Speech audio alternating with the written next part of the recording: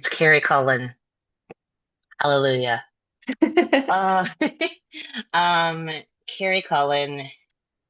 I'm so excited. I'm going to say your full name once more, as if anyone could have missed it in those past 2 seconds. So excited to have you on this Podstack podcast to talk about your debut novel, my friend. This brilliant, like thrilling, terrifying, hilarious, dark, warm, all those adjectives, whopper of a debut novel. This is a lovely read, House of Beth. Um, you are doing us, this, small but mighty and growing audience of Substack listeners, viewers, a huge honor by kind of coming on and talking about this. Um, you, my friend, are beloved in the world of books, Oh. editor, writer. Seriously, well, at the very least, I think I should make clear it's probably a conflict of interest at this point. It's old news, right? Of the fact that you were, one of the acquiring editors who helped with my debut novel, and you were just amazing, as was everyone, including your current agent, Sarah Boland. So awesome. Just an awesome group at Holt. That's how I met you. I met you in 2015, and I was like, Gary Cohen's very cool. I Um, felt the same. Thank you. And so yeah, I the kind of reprising for everyone who's listening here, I know, but when I like saw this year, I happened to be scrolling Goodreads. I was not um I was not on it was not on like, some more formal method of announcement. But I happened to just be scrolling Goodreads and I was like, oh my God, you've got a book out, Carrie Cullen. And here you are now. That was Yeah. February. This is now. You are now. Carrie, I would love to introduce you to our listening audience, just like in kind of just in your own right, right? Like, of course, yes, you're a fantastic editor at Henry Holt, but you're also, of course, a writer whose short fiction has been published in Indiana Review. Yes, the Indiana Review, Prairie Schooner, One Teen Story, and many other places. You earned your MFA at Columbia. Um, with noted other Columbia graduate Ryan Smirnoff, whose Yes. debut novel, the minute that comes out, he's going to be I know. right I'm where so you are excited. in Yes. like 2 seconds. Yeah, He's so talented. I know. It's just like blows my mind how talented he Hmm. is. But yes, you were part of his fantastic cohort at Columbia. You currently live in New York. Welcome. Thank you. I'm so honored to be on the podcast. I've been a fan of you for so long, and every time you do anything, I'm a fan, and I'm always sending it around. So I'm really thrilled to be here. Okay. Thank you. And it feels great. I know this is just like an ongoing love fest, but Yeah. truly, it feels awesome to now like be the one sending around the book stuff too, as you were for me. So it's just, yeah, there's so much mutual love. House of Beth, though, let me hold the cover up again. Beautiful cover, by the way. Thank you. Like, whew. I love it. I So feel really, really lucky. yeah, like my wife was talking about how like down to the black currants, right? Like this cover is just such a brilliant representation of the book. My and we just can't get over like what a great fit it is. But yes, anyway, great cover, great book. House of Beth is just such a like a kind of, as I said, this is sort of like very cool, creepy, dark, thrilling, hashtag peak millennial, in the best possible way, debut novel. I've described it as, kind of like a like sort of like an OCD story. This is like an Mhm. OCD novel, which we'll get into shortly. But it's an OCD story about like sort of sliding out of the mess of your own life and into the mess of someone else's. Mhm. And it's rendered with such sort of like, really kind of like thrilling vividness. And I, for one, I don't know, maybe call me crazy, but I really, really, really, I'm not alone. I think I really, really love narratives that become increasingly like as they're getting more and more claustrophobic, they Mhm. almost get funnier. And there's a Yeah, mordant humor to this, yeah, to this book that I think is just so great. Um, so yeah, it's a fantastic debut. I hope that you can read a little selection to us before we get into the questions about absolutely. Yeah. it. Um, Cool. Hey, I will start from the beginning because I feel like that's Awesome. easiest. No context necessary. Um, That all right, October. Every time I woke up, someone died. Usually my girlfriend Lavender, or my dad, or my boss. Sometimes one of the other assistants or strangers I'd seen on the street, unlucky enough to have gotten their faces lodged in my brain, or people I remembered from long ago, the girl I tutored in college, or Eli McKean. I saw them hacked to bits one by one, or force-fed poison, or tied up together and burnt like witches, their skins blistering over a blazing pyre. The victims changed, but the murderer was always the same, always me. My hands smeared in gore, eyes alight with frenzied ecstasy, my smile but wrong, more devious. In my real life, I sat up in bed to rub sleep out of my eyes. I stood in a shower I'd turned hot enough to hurt. I sniffed the armpits of my favorite dress. I kissed Lavender goodbye, or I smiled thinly at my roommates on my way out the door, all while the images poured through me, and I tried to convince myself that they meant nothing, that I didn't want them. I didn't want to kill anyone, I thought. On Halloween evening, Lavender showed up at my office dressed like the night sky, holding a black umbrella, paper stars strung to it with fishing line. I was Donna Tartt in a blazer I'd thrifted on my lunch break. My old bedbug terror had surged like bile, I'd swallowed it down, and a low bun I'd fashioned to look like a bob. We had initially planned to dress up as Tumblr lesbians, wrapping ourselves in cozy sweaters and twinkle lights. The plan was to spend the whole night entwined. We didn't mind, we'd been together for 10 months and we were near telepathic. Often when we were separated, I would feel her heart flutter in my sternum. My palms would get sweaty and I'd text her to ask what was wrong. Just like she knew when I ate stupidly and drank too much by the nausea curling in her stomach. Would you stop abusing your body? She would say, laughing, for my sake? Okay, the truth. I often faked it. Knowing me made her so happy, and she was so often anxious or sad that predicting her moods was nothing more than pattern recognition. Besides, I loved the way our supposed psychic connection lodged us closer together, made our story the stuff of fate, as if we weren't responsible for our own decisions. Sometimes I thought if I could keep swimming in the current of her love story, I'd never have to make another choice in my life. Eventually, I would simply float, thoughtless and free. For now, fights could take up days, told in 3 acts, replete with dramatic gestures. We starved ourselves, sobbed for whole mornings, all justified by our status as soulmates. I bragged to friends that it was a more intimate relationship than I'd imagined possible. I was exhausted. Oh my gosh, it's fabulous. It's so relatable down to the like Donna Tartt Halloween costume. Oh man, Carrie, it takes me back to a Halloween in college when I wore a sailor's cap. Everyone was like, "What's your whole deal?" And I'm like, "I'm Mike Penniless." Yep. And I was like, "You have to respect my Halloween costume. Respect the pronouns of my Halloween costume." But yeah, it's just it's such a like I think it's like the section you read from the very beginning really encapsulates the kind of like offbeat, like hyperspecificity, but like sort of like universal, a kind of experience that like really like runs throughout this book and runs throughout Cassie's point of view. Because it's just like I mean, this is a life that you have lived that if of course, I'm being honest, I have also lived, but Yeah. it's a life that I think so many people can like step into. Hmm. And well, fetishizing relatability is certainly not what we're here to do, right? As Sure. writers of fiction, it's still like there is such value in let's call it accessibility, Hmm. and wit. My God, you're such a witty writer. So thank you. It's just a lovely example of what's in store for you if you purchase this book today, because it's the future now. It's July 15th when this is airing. Okay, well, okay, let's dive in, shall we, friend? Yeah, let's do it. Awesome.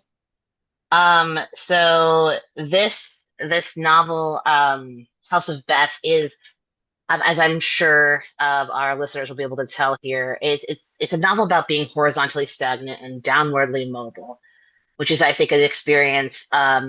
that a lot of folks are having, and it's actually reflected, I think, in the results of the Democratic primaries in New York right now, right? It's Mhm. a lot of people are feeling like, whoa, I'm like really kind of stuck. Yes. And yeah, and it's a very material and kind of stressful feeling. That's afflicting the like millennials. So yeah, Cassie can't afford her copays. She can't basically like afford the right prescription glasses. Mhm. And her, I think really importantly, utopian dreams are dashed, right? About like I so love the section of this book where other characters are telling Cassie like queer spaces are healing. And Mhm. Cassie's like, okay, but how? Like, there's a sense, right, of this kind of like vague, like counterfactualism, right, where it's like, well, if you just like believe in X, Y, Z, if you believe Max, Mhm. i.e., if you listen to this or that ideologue, right, then everything will be better. Like everything Yeah. will be good for you. And I think the way Cassie kind of falls through those systems, it's proof. It's how a lot of us are feeling. Mhm. So yeah, like books aren't magic when you go into publishing, right? Right. Queerness isn't healing when you're like in at odds with your girlfriend and everything's feeling horrible. Mhm. Um, so yeah, like I said, this is a peak millennial book in so many ways. Crucially, you said in the letter to us advanced readers that Mhm. you wrote this book as sort of as like you started in 2017 and it was like you're going to this book kind of as a means of like coping or just like releasing stress. I would love for you to talk about like how this book was sort of like a means of like processing what was going on for you and Mhm. what that coping looked like as you were writing. Yeah, absolutely. So yes, I started working on this book in 2017, and I started kind of thinking about it at the beginning of 2017. It took me about a year to be able to start putting words to paper, mostly because I was experiencing my first, like, the first OCD spiral that was bad enough that it got me to actually seek therapy, as opposed to what I've now recognized were all the previous OCD spirals that I thought were just like cute, quirky, manic pixie dream girl shit. And so for a while, I was struggling with really intense OCD. I was specifically concerned with the notion of evil. After the end of 2016, who wasn't? Especially because I had grown up in this really Christian household. And so I was seeing a lot of people, especially that thing where you're seeing people that you know very vaguely and have like a vague sense of who they are because you grew up with them or because they were adults when you were a child. And in 2017, I was seeing a lot of those people just like post these horrible things or justify their decisions on who to vote for in ways that just felt totally weak and like nonsensical to me. So it felt like all of these people around me in my like very binary thinking, it felt like, okay, these people aren't good. It turns out they're evil. And then I was struggling with like, well, how do I know that I'm good? But that question was coming up in those literal terms for me, but it was more my brain struggling with it by being like, well, what if you wanted to like physically harm someone? What if you wanted to like do some horrible thing and it's just a matter of like you could lose control and snap at any minute and like do a disgusting, horrible thing. Um, so for a while I couldn't write about that because it felt too real and I was afraid that somebody would like see it and know that this horrible thing about me was true and that I had all these disgusting thoughts.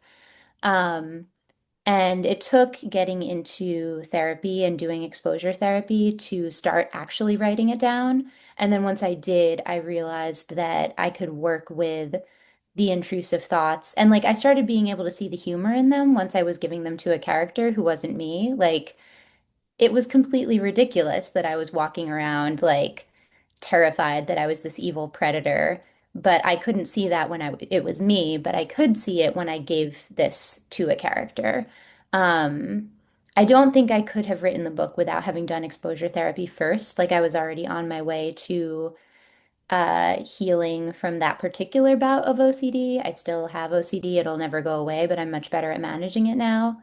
But once I had gotten to that point where, okay, I'm not like living in terror that someone's going to see me to like see into my brain and send me to jail, then I was like, okay, then I can work with this a little bit more. And at that point, it was very helpful to be able to see the thoughts that Cassie was having, which weren't exactly my thoughts, but felt pretty close, on the page and be able to engage with them as fiction.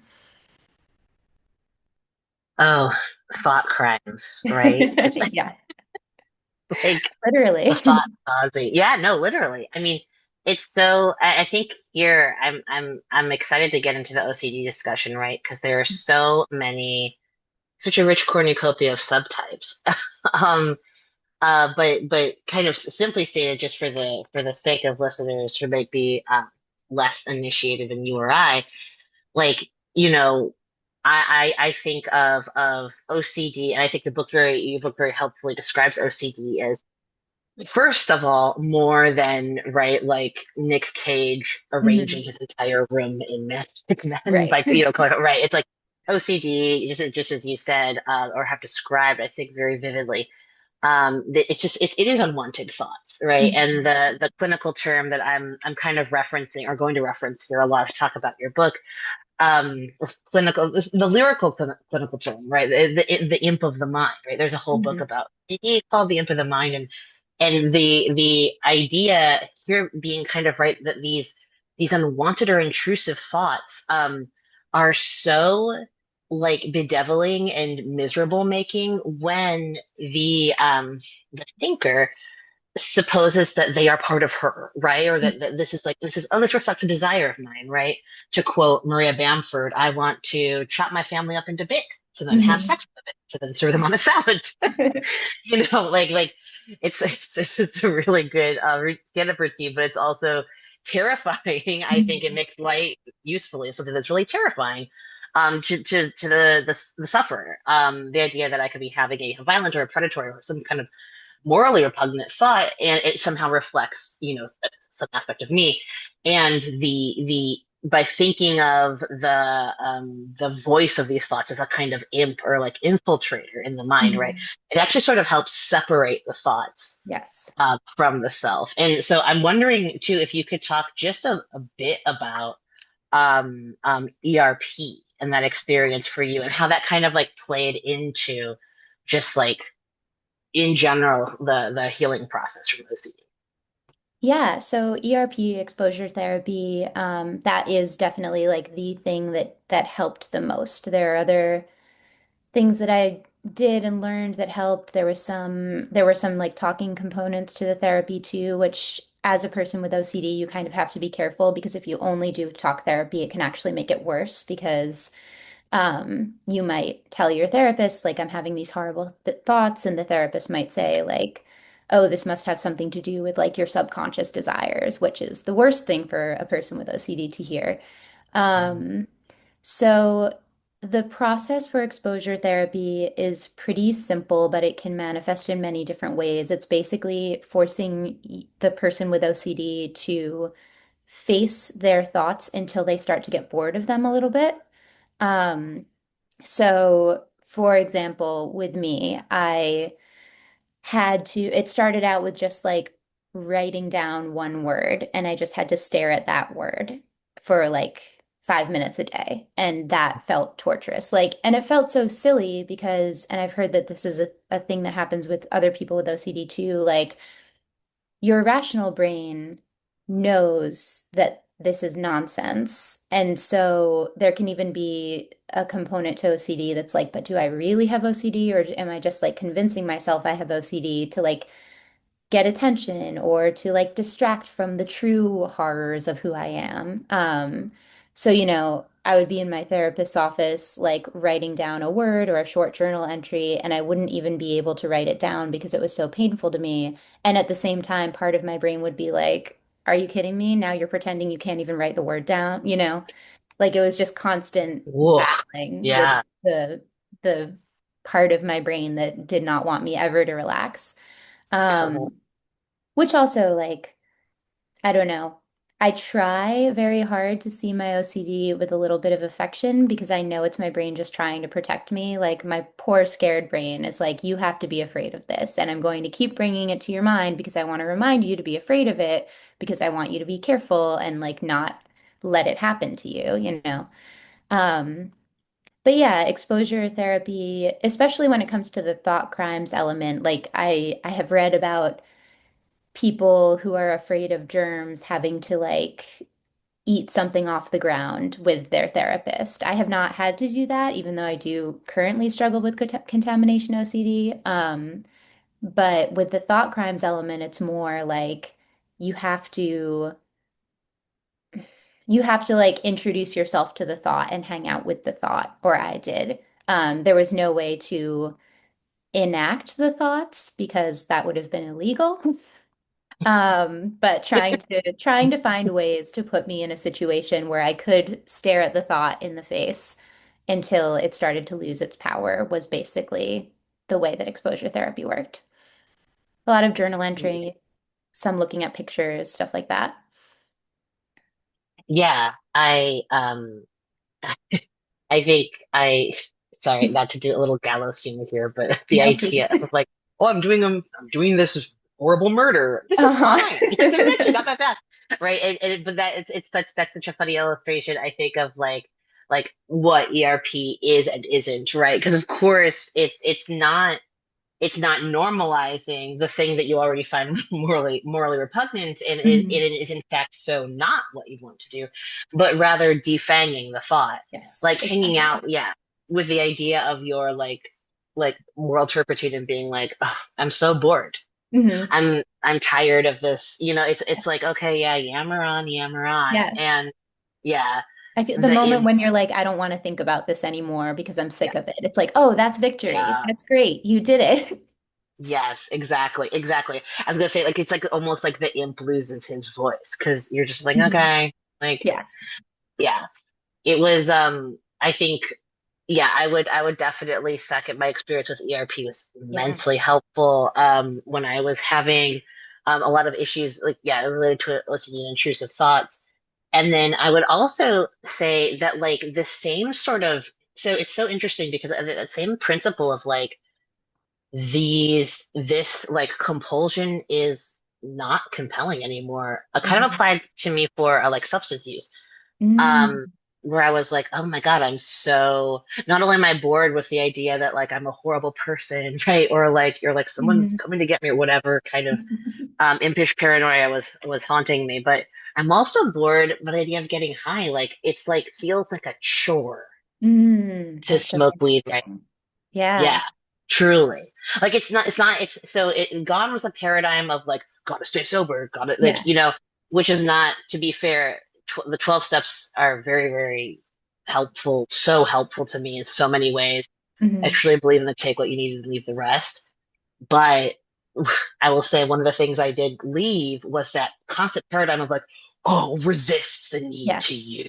Yeah, Well, resisting is so exhausting, and so then it can feel like this beautiful relaxation once you stop resisting. But then if you're not working that so hard to resist something, then it turns out that like the action of doing the thing is actually the exhausting thing, and it's so much easier to leave it to the side. exactly.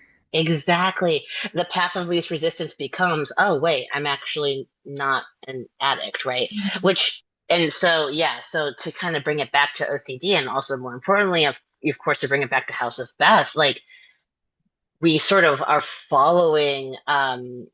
we're following Cassie through this like really turbulent period in her life.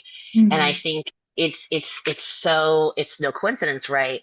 The way her OCD kind of like terraforms and like you like becomes a different for each situation, right? She's really haunted by these thoughts of violence, just like what Mhm. you described on the opening. But like it's really interesting, I think, and so true to life, how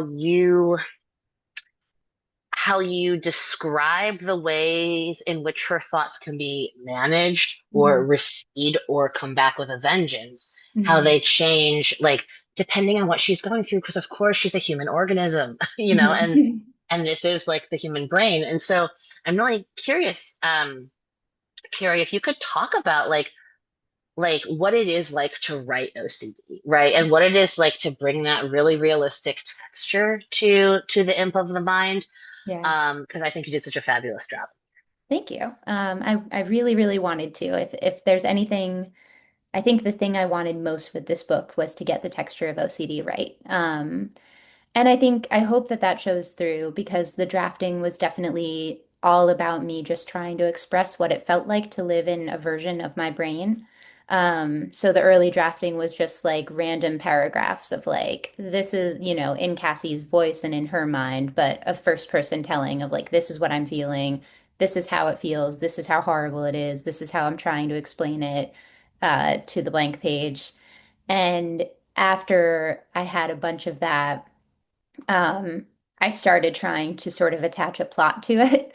Um, and there were certain things that I knew that I wanted from this book. I actually credit a lot of it to this side comment that an editor made to me where we were talking, when I was working at the publishing house, we were talking about like what books we were excited to like try to acquire. And I mentioned the collected schizophrenias, which I had loved and had just come out at that time.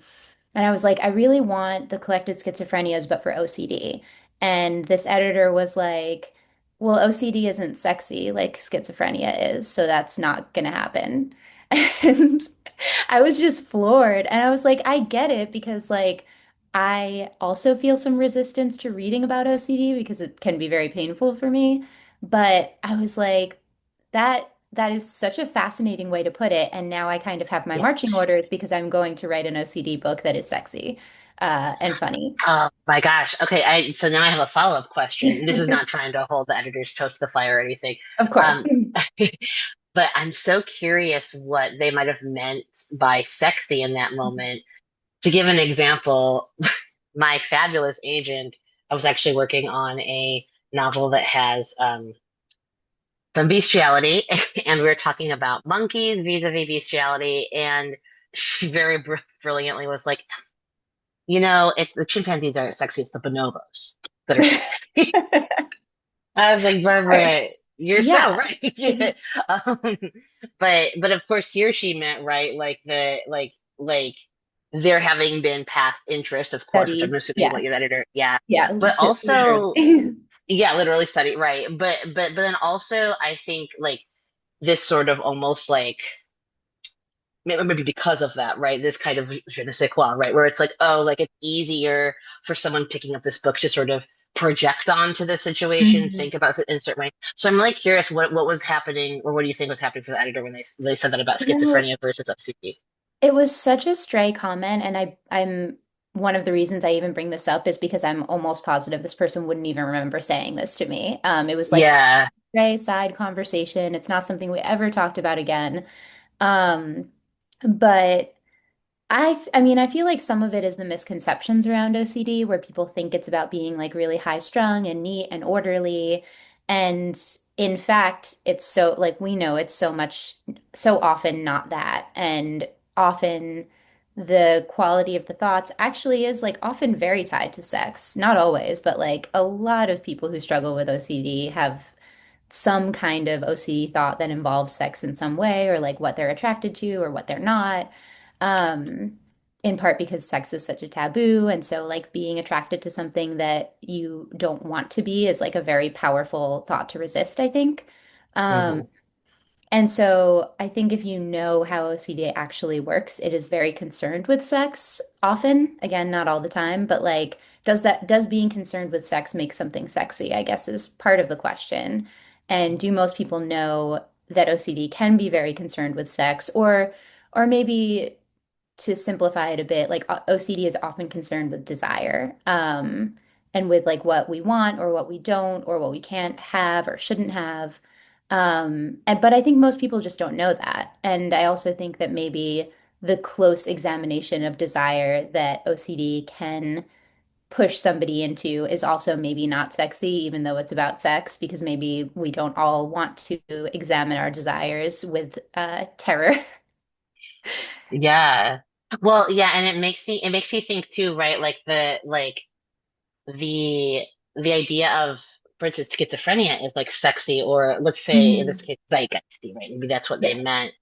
Is you know, I think easily sort of like disproven as well as been a misnomer, right? Because the sort of day to day of course. of psychosis, there's nothing sexy about that. But Yeah. I think that if we're kind of like abstracting and distilling like how people think of these different, you know, like psychological disorders, it's like almost like there's sort of you have, I think, a bit of the, you know, touch with fire kind of thinning of Hmm. the veil stuff Hmm. with a schizoaffective stuff. Whereas OCD, it's almost like I think the way OCD is often viewed is if we take it a step beyond the arranging stuff, it's like the ultimate rule follower, the Yes. ultimate obsessive. Yeah.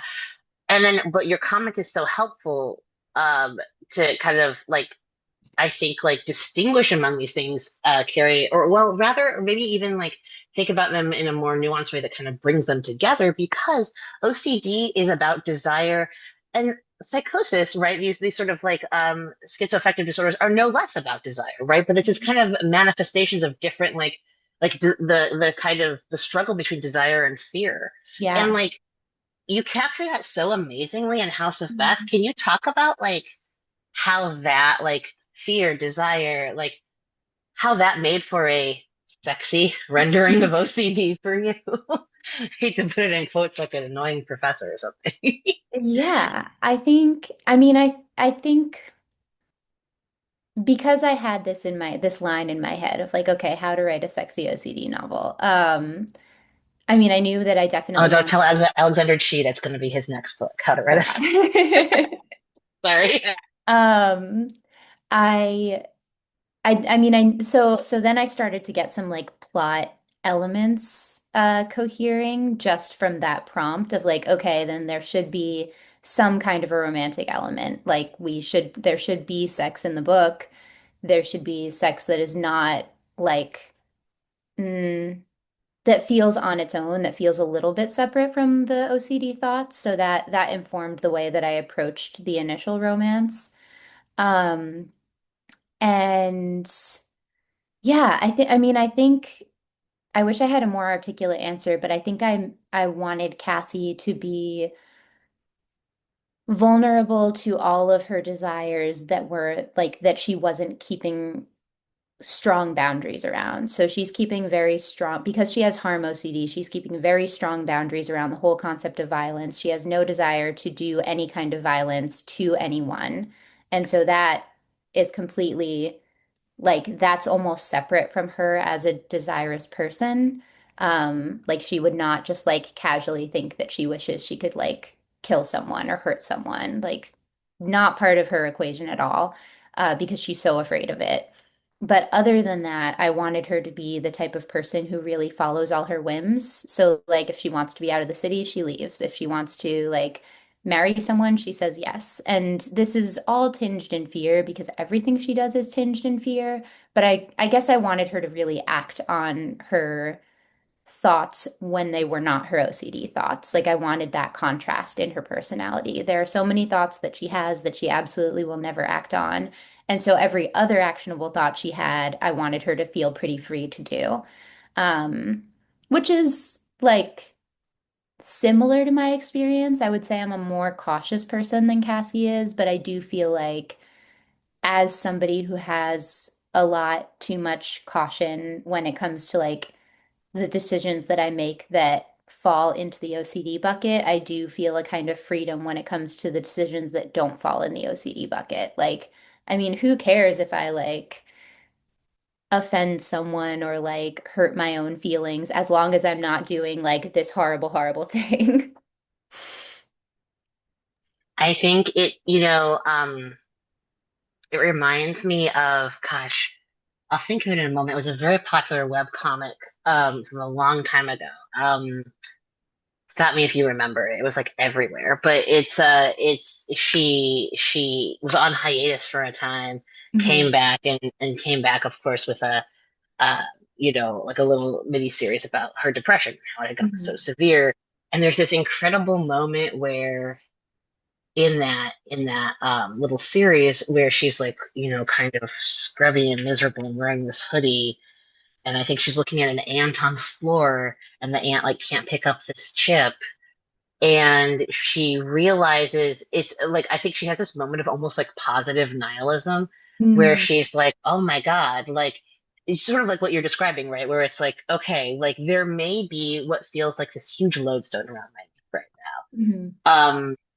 And but like and almost because of that, right? Like I feel a sense of lightness around these other things that would Yeah. normally concern, yeah, like a lot more. So these sort of like social preoccupations, right? She's like, fuck it, I'm gonna Mhm. go to this bodega in this scrubby hoodie and I'm gonna get every single bag of Doritos there, and I'm Beautiful. gonna right, and I'm gonna Yes. smile at the cashier and be like, he's like, "What are you doing tonight?" And I'm like, "I'm throwing myself a party." You know, like just something cute like that, right? Silly, but I think it's that same kind of. It's like a it's not even that like a fiery or destructive like burn the place down. It's almost just kind of like because I feel so wrapped up in this particular set of rules, this Mhm. frees me up to break all these other rules. Yes, absolutely. Yeah, Yeah.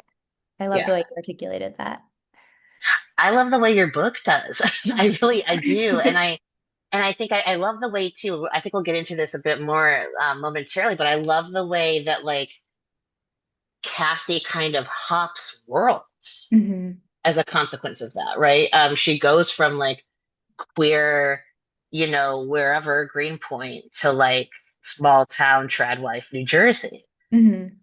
Um, and the fact that that is the rule breaking, right? And it's just such an interesting it's just an interesting arc. But let's actually I want to rewind for Yeah. 1 second. Yeah, I want to talk about like how you are careful to make this distinction, and this is a distinction that I think a lot of us are needing to make lately about like, hey, just so you know, yes, this reflects a lot of my lived experience. No, Hmm. the protagonist is not me. Um, so for you and me, and I'm sure a lot of other folks listening to this, that's an easy distinction to understand, right? Like you will probably be asked by tons of interviewers to unpack it, and Hmm. sorry in advance. Um, maybe you'll have a pre-pub essay if we have to unpack it. Um, which I would love to read, by the way. But yeah, it's something that's kind of on my mind though, Carrie, because I'm also as I mentioned to you, as I mentioned on the Substack, working on a novel that hews close, like way closer than most I've written to my personal experience. Though of course it is not a memoir about me specifically. So let's settle this for everyone right now, shall we? Um, is there like, do you think there's like a line to be drawn between like between the autofictive and the purely fictional? And then why, I guess my follow-up would be like, why is there such demand right now for like fiction of like lived experience fiction almost, right? Hmm. And one must have the identity to like undergird the novel, which of course I understand in some Hmm. ways, but in others I don't as much. So yeah, let's I would love to hear your thoughts on that, writer and editor thoughts. Yeah. Big question. I mean, I Yes. will say that for me, knowing that I was writing something that in ways, like I haven't done many of the things that Cassie has done, but my brain works in a similar way to hers. And anybody who knows me would know that. And that was part of the draw of writing a book that dealt with like a supernatural experience, because it's so easy for me to glibly say, like, well, this book isn't my life. Like, I don't know any ghosts personally. Right. Yeah. Um, and so I Yeah. do feel like the having a toe in genre kind of helps dispel some of those questions, or maybe they just don't rise to the surface as readily, but they definitely are still coming up. And um, I don't know. I mean, I feel like I can be kind of cutting about the desire for autofiction, even though I enjoy reading autofiction. I'm like, oh, maybe it's for people who like are boring and like just want to read about real things that actually Maybe it's just happen. for people who like kind of suck. Yeah. Yeah. While also like I truly love it. And I can Yeah, right. absolutely just like read three autofictional novels in a week and be like, my life feels so full.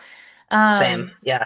yeah, and I think maybe that's part of it, like the lived in detail and the sense that, oh, this is real. Like I wonder, I never got into true crime, but I wonder if it's actually a similar draw where it's like, oh, this actually happened. There's no part of me that has to wonder, like, if I'm being affected by this, if I should be affected by it. Like if something is real, then you can feel as strongly as you want about it, and you're not feeling a way about something that somebody made up. Like the rules of the house that the novel is building are like decided by greater forces than the author. Like I wonder if it has something to do with not wanting to trust an author. Um, Mm, have like completely fictionalized something or to have fictionalized it with good intent. I do think that author intent like is questioned more now than it probably used to be. I mm, think part because social media makes it so easy to like dig through someone's actual life or what people think is the actual life and be like, wait, this doesn't line up. Like hmm this isn't the way that I imagined this person when I read their book. Like, I think the ability to dive into that critical space is something new, or at least like the nuance with which people can do it is new. Um, and I also think like part of it has to do with fandom and the way that like fans of something just want more of it. And so if you are reading a novel that you love and you know it's autofictional, then guess what? There's more novel and it's the author's Instagram. So yeah, I don't know. I think there's something there.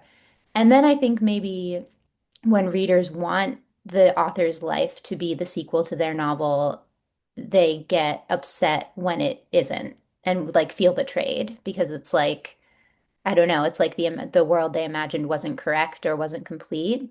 This is all mm, just speculation, and I've felt these things too. Like I've definitely looked up an author after reading a book and been like, "Oh, I didn't imagine them like that at all," and now I'm kind of annoyed that like I was wrong.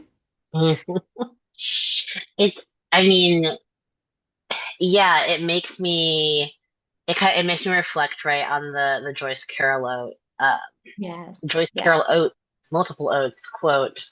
She's far more than a single oat, but the the one little husks tweet, hmm where, I mean, I'm like, I can see why she tweeted that, right? Like, I'm not personally, well, I'm no longer on X or whatever you call it, but I'm I'm not one for shit posting anymore. But I think that can totally understand, right, why she might tweet that, and to me it feels.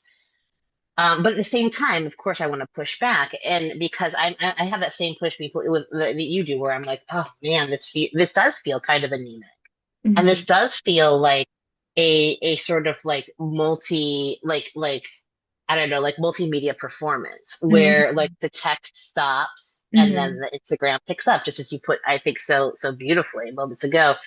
But like, and then like that exhausts me because I will absolutely not be performing Right. um in that way. But then at the same time, one wonders, right? I mean, it's not like Gore Vidal wasn't going on the Johnny Carson show hmm to like eviscerate people. And then it wasn't like Philip Roth was like writing a thinly veiled Ramona Clay. So Right. these are like things that have carried on over time. But I think what I want to get at more too, what feels one and little and husk like to me is I think just like it's almost a reductio ad absurdum on the write what you know, the old hmm Iowa dogma, hmm because it's like I completely understand when we are sort of like running afoul of like other like subjectivities, right? Where it's just sort of like this book has made instruments of other people, and it's for the Right. author's gain. Totally. Yeah. But there's so many cases where that's not happening. However, one must stay in one's lane. Right. Two, and we'll talk about how this is a very important bisexual novel. hmm Two, though there's so many cases where you and I and writers of color, like yada yada, like are being told, it seems like things are really hard for you. You know who would love to read about that? People. Hmm. And so what you know, right, becomes this kind of this just story of your suffering. And Laura Chow Reeve and I talked about this last week too. I'm so curious like what your thoughts on that, like the kind of identity fiction piece of it. Yeah. Yeah, I mean, again, honestly, I do think that the window that I've been able to open into a larger world than identity fiction is the speculative. For me, it really feels like it's funny, before I started House of Beth, I had been working on this other novel for a very long time that was realist and dealt with evangelical Christianity and queerness and queer parentage, all of this stuff that I know intimately and grew up in. And I have recently started, I'm at the very beginning of a revision in which it has a speculative element because after writing House of Beth, for me, I've understood that for me, the way to make that world bigger than just my own experiences is to bring in something that's entirely of my imagination. Um, or as of my like of course we're tying into other mythologies because no, nothing exists just of my own imagination. But I do think it's been helpful to think lately about the fact that, oh, I don't just have to write thinly veiled memoir. I can bring in a ghost or a monster or something not of this world, and then I have like more to play with. I have something to do with my thoughts that don't fit into my lived experience necessarily. Um, that might be cheating. But I don't know. I do feel like being held to my own lived experience, and this is me holding myself to that, like that feels really constricting, and I don't want to write a novel that relies only on my personal lived experience. I want to be able to write about what I can imagine. Um, and I do think that like I can imagine all sorts of things that should not be literature.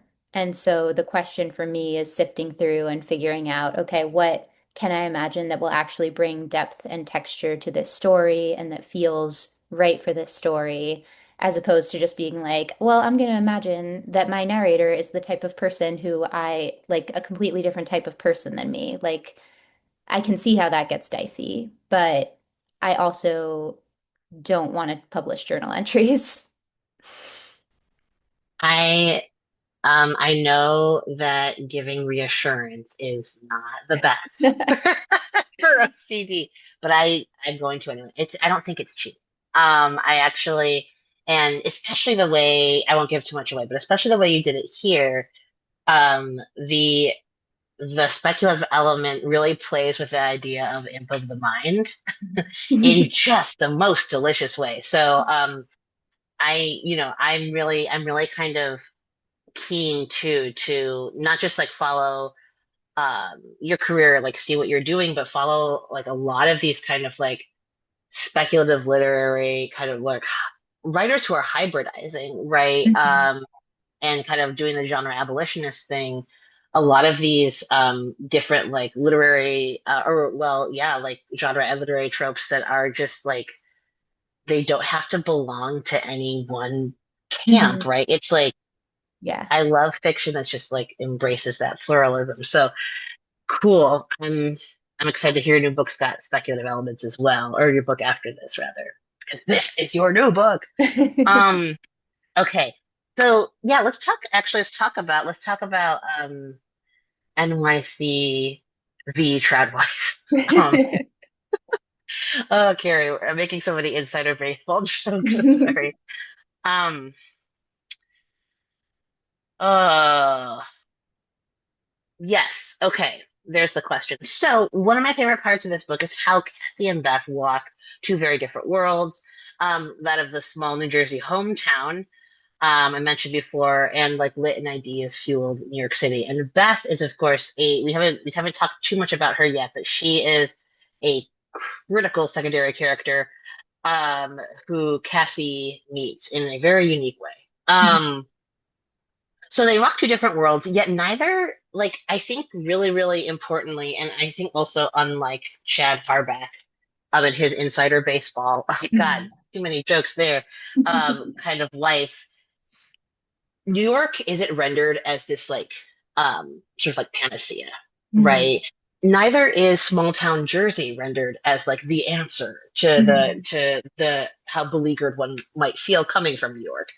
Um, Neither is perfect, neither, but also like neither is awful. Like both are wonderful in their own ways. And I think that it was so valuable to me as we're kind of like moving from Cassie's interiority to Beth's, how this book is about so much more than that kind of really, really boring old culture clash, right? Of like left versus right, um, political tribalism, like faith means this, right? And Mhm. secularism means this. And I think that, our conversation about identity fiction and a lot of it, like the kind of literary trends earlier, it reflects this factionalism that I think we're dealing with. Like it reflects this and it reflects how like reductive things can feel, right? Where it's just like I this writer we won't read her because she tweeted that she supports blah in Right. 2018. It's Mhm. and that is I think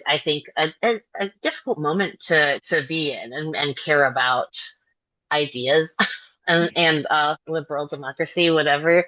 Mhm. Um but your book is like a really great response, I think, to that kind of black and white thinking, which, by the way, is the OCD thinking. So, Uh-huh. can you talk about how you like really like fleshed these different characters and places out, and how you're kind of responding, or you would respond to some of the pressures of the moment with that? Yeah, sure.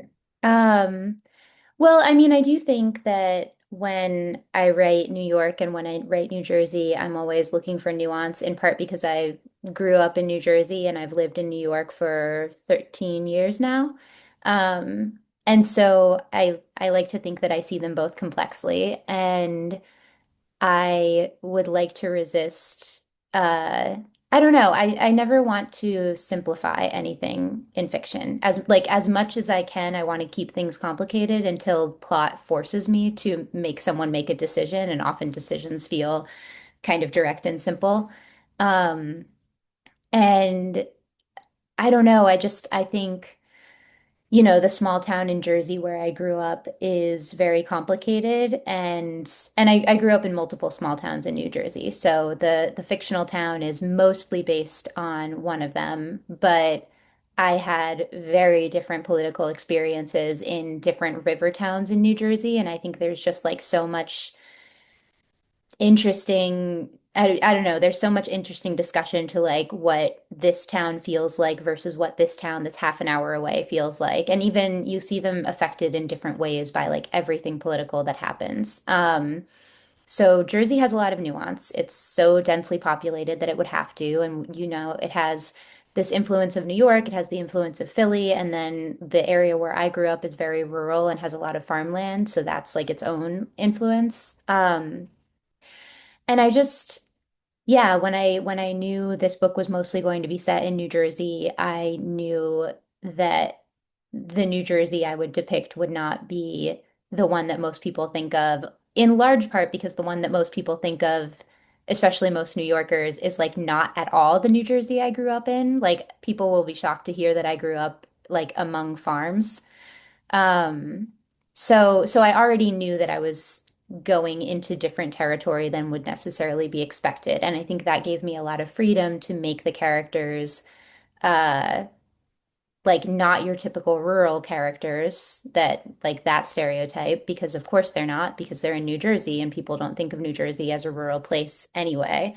Um, yeah, I mean, I think I'm just saying in a few different ways over and over that like I I didn't want to oversimplify. I always wanted to lean into the more complicated version of what somebody is. And um, I grew up around a lot of really complicated, interesting evangelical Christians, and some of them still say things that I'll see, and I'm just like, that's the most reductive and upsetting thing I've ever read in my entire life. And I know all of these things about this person that don't fit with that statement. And, I feel the same way about so I grew up mostly evangelical. And then when I was 11, my mom came out of the closet. And so then from then on, I grew up in like a half queer household.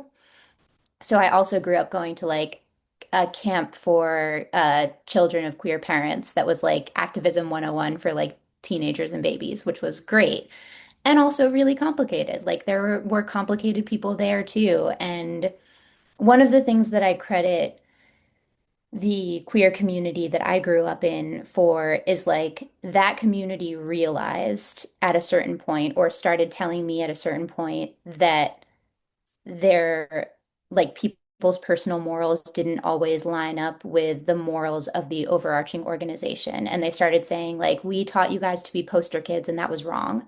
Or we have taught you that like queer people can't do bad things and that was wrong. Like that kind of ability to be more self-aware and look back and say, like, when you were a kid, we taught you this easy, simple statement, and now you're older and you believe it, and we've realized that that was unfair to do to you. Like, that is something that that community was able to do that not everybody in the evangelical community has been able to do, but some of them have. I follow my old youth pastor on Instagram. He's not old actually. He was very young when he was my youth pastor, which I think is part of this, but he's now a much more progressive Christian and he's constantly denouncing like the evangelical rhetoric and talking about how harmful it is. So I think I write these characters with nuance because the people that I know have nuance is probably the simplest way to put it. I think that's beautifully put. And like it reminds me of, and I hope the listening audience will bear with me here, but it reminds me of a really fantastic podcast I actually listened to recently about J.K. Rowling. And yes, and Carrie, you'll remember this, not everyone will, but remember in the 90s when who had the beef with her and Harry Potter. Oh yeah. It was, yeah, right? Yeah. So it Oh, I wasn't was allowed to read them until we left, like until my mom left the church, and then I I was was given gonna all ask. of them. Yeah. Yep, yep. Um, and of course you can speak way more knowledgeably to this than I can, but like the sense of it's so like when you're in this specific community, right? It's not like for so many people, it's less a sense of I need to like hate you out of malice because I would just love to hate right now. It is a sense of persecution and fear. Mhm. You feel persecuted as a community. You need, right? It's almost a sense of like duty, Yeah. right? And wanting to do the right thing. Mhm. And as this podcast was describing the way the basically like evangelical America was feeling hemmed in. This is so interesting because I was raised in like whatever the Chicago suburbs, a pretty more progressive area, and there was this feeling of like truly like, oh God, the evangelicals, they will create their Gilead. Oh, how evil. Oh, George Bush, the bad man, and this and that. And then kind of, you know, if I were to be beamed into your community, for instance, my wife grew up in a kind of a evangelical Baptist community. It was like we can't step outside our door. They're shooting Christians. Mhm. Like yeah, like that you are being persecuted for being a Christian. And let's flash forward to 2020. I am transitioned, right? Or no, sorry, 2021 is when I started transitioning. But like basically, I am moving towards transitioning. I have been like identifying myself, I'm queer, I'm gender nonconforming, yada yada for years. Mhm. J.K. Rowling makes a statement she makes about biological sex on Mhm. Twitter, and the sense around um Rowling when she does not Rowling. I always butcher the pronunciation of her name. The sense around Rowling when she does that is she's persecuting us. We are Mhm. being persecuted. It is unsafe to be trans. It is unsafe to be queer. Mhm. This woman's starting a genocide that's already been going on for some time because Donald Trump is leading it as well. And as I was listening to this podcast, Carrie, I was like, oh my God, what did my queer community online and in person have in common with evangelicals and Baptists circa 1996? Mm. Oh, I don't know, maybe everything. Seriously though, because it's like it's of course it's a different like ideologically speaking, it's a different Mhm. set of beliefs, fear wise, Mhm. commitment to the right thing, the good thing, Mhm. commitment to the safety of the community wise, exact same. Yeah. Yeah, and I think I mean, from my view, it feels like, yes, this is what fear does to a community. Yeah. It makes you want to say, like, pay attention to me because I might be killed for this. Yes. And I think the question is when that is or isn't valid is the thing, because Yes. trans people do have to fear for their lives in a way that evangelical Christians have not had to. But according to the information being given to a lot of evangelical Christians, they do have to. And so that's, to me, that's like the difference at the root of it is like one of these fears is real and one isn't. But you can't tell a fearing person that their fear is wrong. Like, I mean, you can tell them, but they're not going to listen because fear is so something that lives in the body and feels, it's a feeling, and it's so hard to dispel a feeling with logic and facts. And so this is my follow-up question before we shift to bisexuality. Something much happier. But I how from one person of OCD experience to Uh-huh. another, um, how Carrie, how would one go about fact checking? Because fact checking, again, ERP is the gold standard. Reassurance, no, no, no, no, No. no, right? External reassurance, never. Yeah. But fact checking, right? So, and I like to poach things and appropriate things from the in the 4chan incel community when I Beautiful. think it is funny. I like to call this fact maxing, right? Because Uh-huh. they have their looks maxing and all that silliness. But like fact maxing, or fact maximalism, right? When you can actually get such a like pluralistic and reality-based view of an issue that you're Mhm. like, oh my God, my kind of awareness of the real, as it were, is actually overpowering my fear. I've really got a lot of information. Mhm. I feel like I've been are lucky enough to be able to do that with a few things that really frightened me some years ago.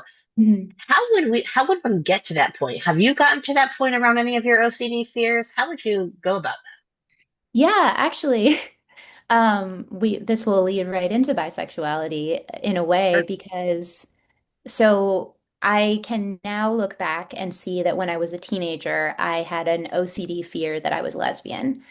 Mm, And this was such a strange thing to go through because, of course, my mom had come out as a lesbian, and there was all of this rhetoric that the other adults in my life were telling me about, like, how I had to save her and how she had, like, destroyed our family and all these things. So I had mm, this, like, fear that started right then because my mom told me, that she had fallen in love with a woman. And I said, well, I love my best friend Sarah, so we're the same. And she was like, no, we're not.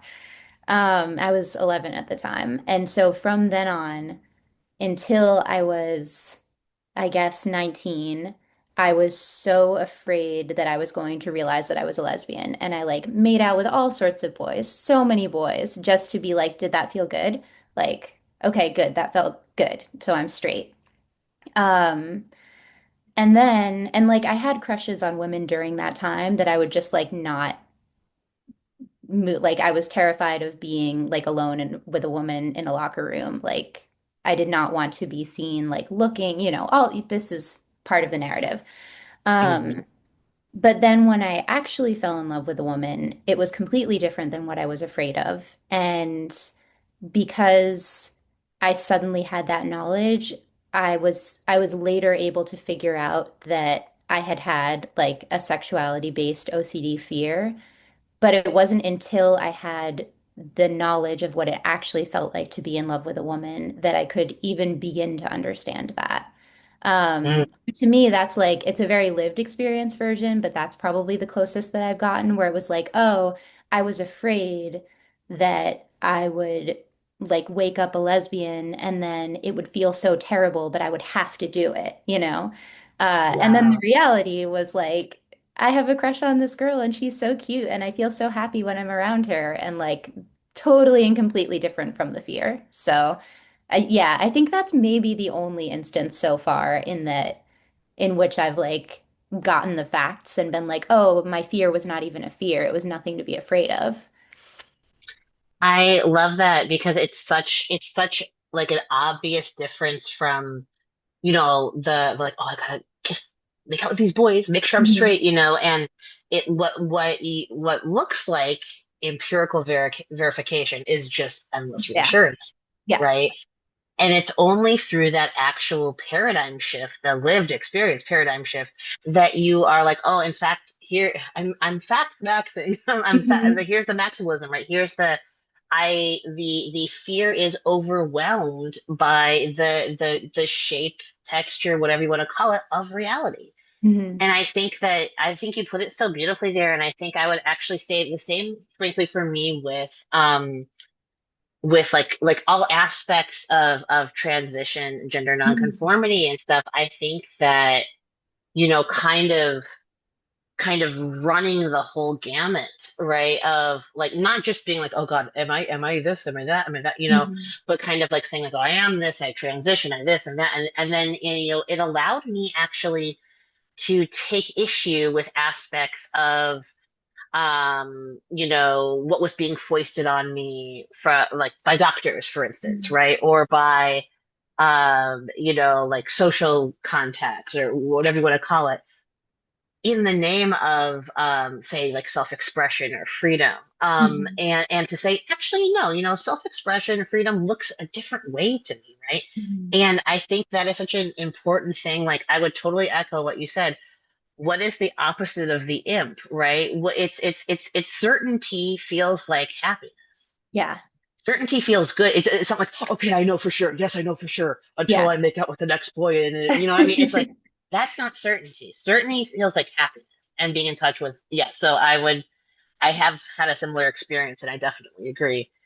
Um, okay, cool. Well, you, Kerry Cullen, are joining a pantheon of beloved by writers who've come on this show.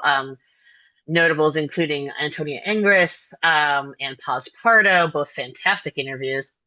And like your book, like theirs, I think, really just like does this fantastic job of bringing like giving us a bisexual protagonist, sans, I think, a lot of like the like discursive fuzziness that it's hovering around bisexuality, right? Where it's just kind of like, let's not do bi erasure, but then we do it, Yeah. like left and right.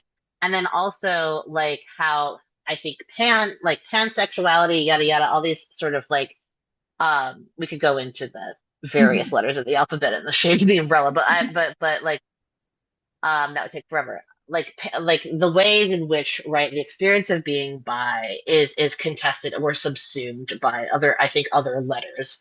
Mhm. Um, and you do such a great job of not letting that happen, right? Thanks. And they do too. And so I would love for you to talk about just like writing bisexuality. And then if you have any great bi novels you'd like to recommend, that'd be cool too. Yeah, yeah. Yeah, I knew from the very beginning that Cassie would be bisexual, and in part I wanted my like first two thoughts about the novel before I even knew that it was going to deal with OCD were that I wanted to play with the trope of the evil stepmother and the trope of the evil bisexual, which actually I do feel like the trope of the evil bisexual has like faded more recently. Like you've still got some stereotypes around like greed or indecisiveness or like now we have much more like the annoying bisexual, which I can live with. Um, but at the time I was like the evil bisexual is a trope everyone knows about, the evil stepmother is a trope everyone knows about. What if I had a person who was embodying both of these things, but she was really just a 20 something who had absolutely no idea what she was doing and was fucking everything up by accident. And then once I realized that harm OCD was like this huge part of her brain, like that was the thing that really clicked because it was like, oh, and she's afraid she's evil too. And that's like the trifecta of what the book's roots are. Truly. Um, It's almost like it's not like that she's greedy about like who she wants to date. It's greedy about all she wants to be evil in every possible way and yes, self-critical in every possible way. exactly. Um, so so I think because I knew I was playing with the evil bisexual as a trope, that allowed me to kind of dig into her just like not being very nice all the time, like which I feel a lot of pressure to be nice all the time. I don't think that's a bisexual thing. It's just who I am. Probably more of a raised Christian thing, but Cassie does not feel that pressure. Like she feels fine just being who she is and being like rude or flaky or whatever. Um, and so I think I tried to let that shine through in the way that she showed and experienced attraction too. Like, I didn't want it to be, I didn't want it to be like, I'm about to say this and I'm thinking, like, is this actually true? Because she is concerned with how her life changes when she's in love with a man versus when she's in love with a woman. Um, But I didn't want that to stop her. I wanted it to be something that she had the capability to think about and to be aware of because, she's been on the internet. She knows that there are people who have opinions about like whether a bisexual dates a man next or dates a woman next. Um, but I just didn't want that to push her into only dating one gender. And so I think that's like the basis is that I wanted her to have at least one romantic relationship with a woman that felt like it fulfilled parts of her, and at least one romantic relationship with a man that felt like it fulfilled parts of her.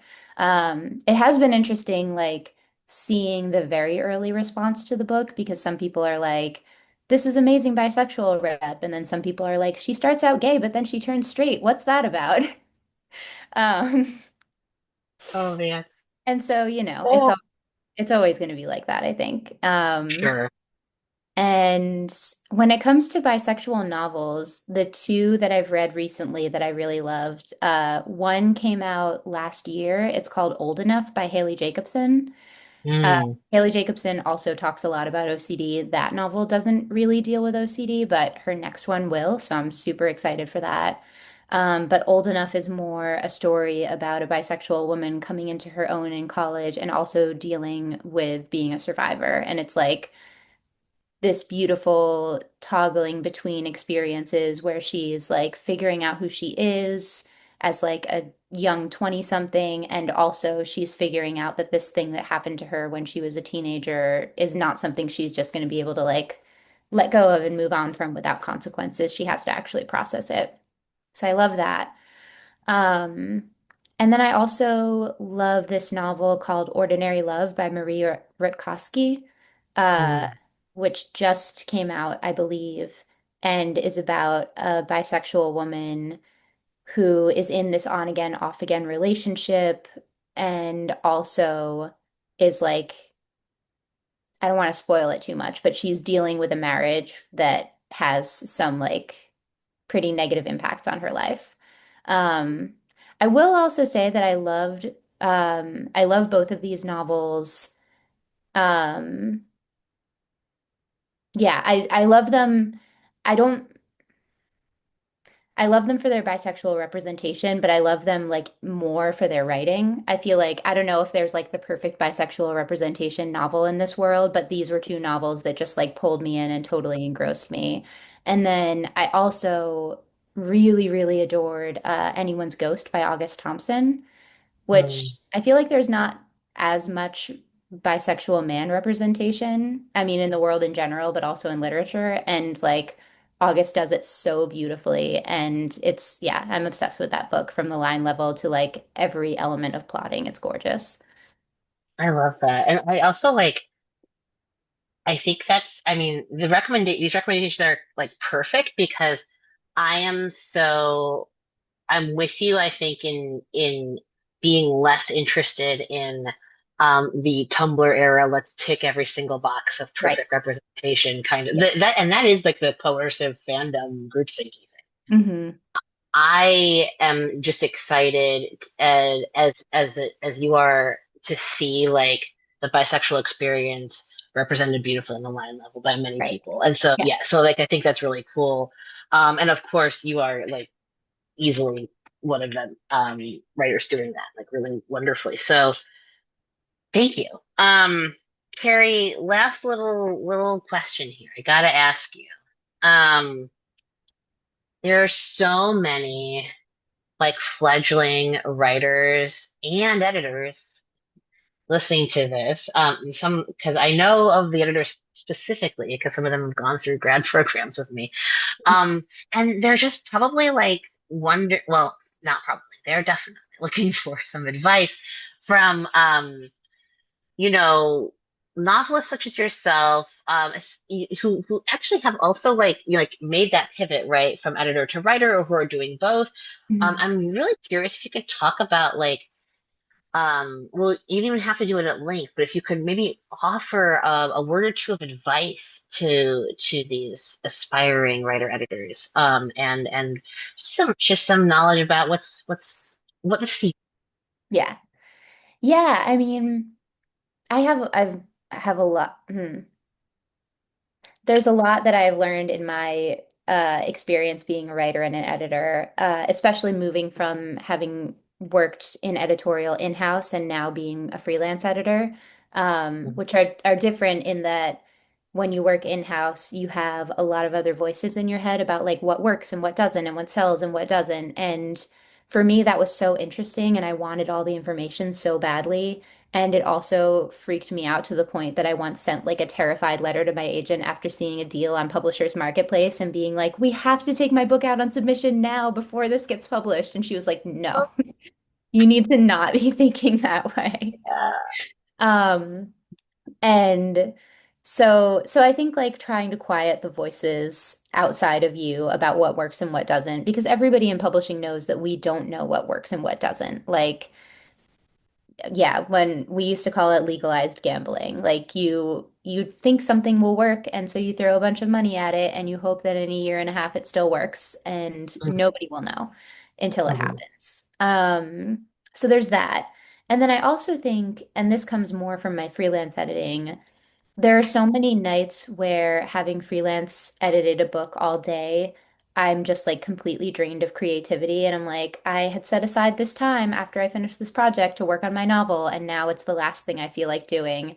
So I think it is our right and maybe even like our responsibility as writers to take the inspiration moments when we get them, even if it's in the middle of someone else's manuscript. Like, Mm. one of the great Yeah. things is that I get to engage with great writing all the time. So if somebody wrote a line that I love so much that it helped me figure out like something about one of my own characters, I should, like, I have to put that manuscript down and write the thing that I figured out about my own character. And like, it's just, I don't know. I think editing will take so much of your creative energy, but it can also give you creative energy. And trying to remember to take from it as much as you're giving to it Mm. when you can is really important.